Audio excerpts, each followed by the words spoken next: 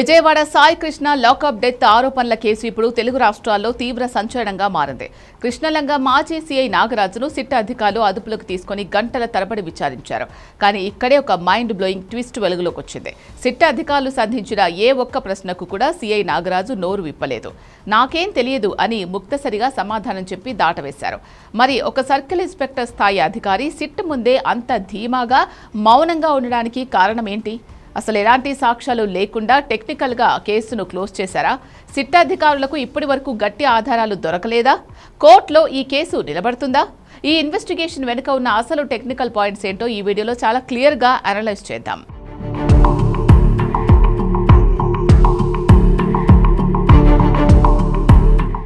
ఈ కేసులో సిట్ ఎదుర్కొంటున్న మొదటి మరియు అతిపెద్ద టెక్నికల్ సవాలు సీసీటీవీ ఫుటేజ్ మాయమవ్వడం. కృష్ణలంక పోలీస్ స్టేషన్లో మే 1 నుంచి జూన్ 1 వరకు జరిగిన రికార్డింగ్స్ ఏవి అందుబాటులో లేవు. సాయి కృష్ణను స్టేషన్కు తీసుకొచ్చిన డిజిటల్ ఆధారాలు లేకుండా డిలీట్ చేశారు. ఇక్కడే సీఐ నాగరాజు ఒక లీగల్ అడ్వాంటేజ్ తీసుకుంటున్నారు. చట్టం ప్రకారం నేరం జరిగిందని నిరూపించడానికి ప్రైమరీ డిజిటల్ ఎవిడెన్స్ చాలా కీలకం. అయితే హార్డ్ డిస్క్ నుంచి డేటాను డిలీట్ చేసినా దానిని ఫోరెన్సిక్ ల్యాబ్ ద్వారా రికవరీ చేసే టెక్నాలజీ సిట్ దగ్గర ఉంది. కానీ ఆ రిపోర్ట్ రావడానికి టైం పడుతుంది.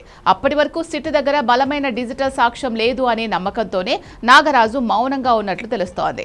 రెండో కీలకమైన పాయింట్ కార్పస్ డెలిక్టి, అంటే చట్టం ప్రకారం ఒకరిపై హత్య కేసు మోపాలంటే నేరం జరిగింది అనడానికి డెడ్ బాడీ లేదా బలమైన భౌతిక ఆధారం ఉండాలి. ఈ కేసులో సాయి కృష్ణ శవం ఎక్కడ ఉందో ఇప్పటి వరకు సిట్ కనిపెట్టలేకపోయింది.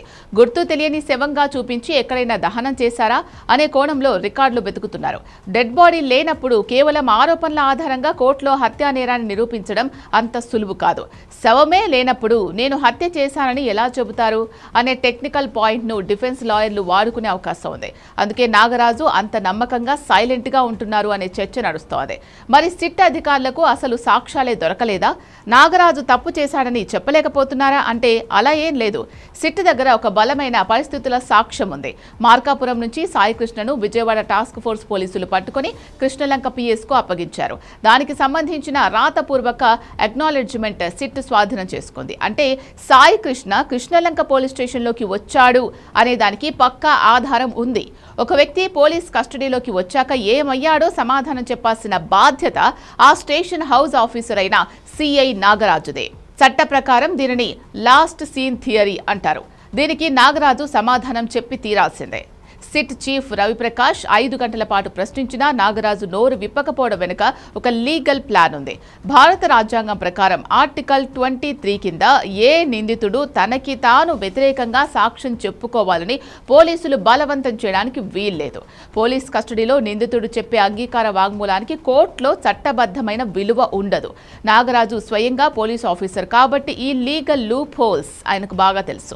నోరు విప్పి ఏదైనా చెప్తే దాని ద్వారా సిట్ మరిన్ని ఆధారాలు సేకరిస్తుందని, అదే మౌనంగా ఉంటే కోర్టు రిమాండ్కు పంపించినప్పుడు లాయర్ల ద్వారా బెయిల్ తెచ్చుకోవచ్చు అనేది ఆయన స్ట్రాటజీలా కనిపిస్తోంది.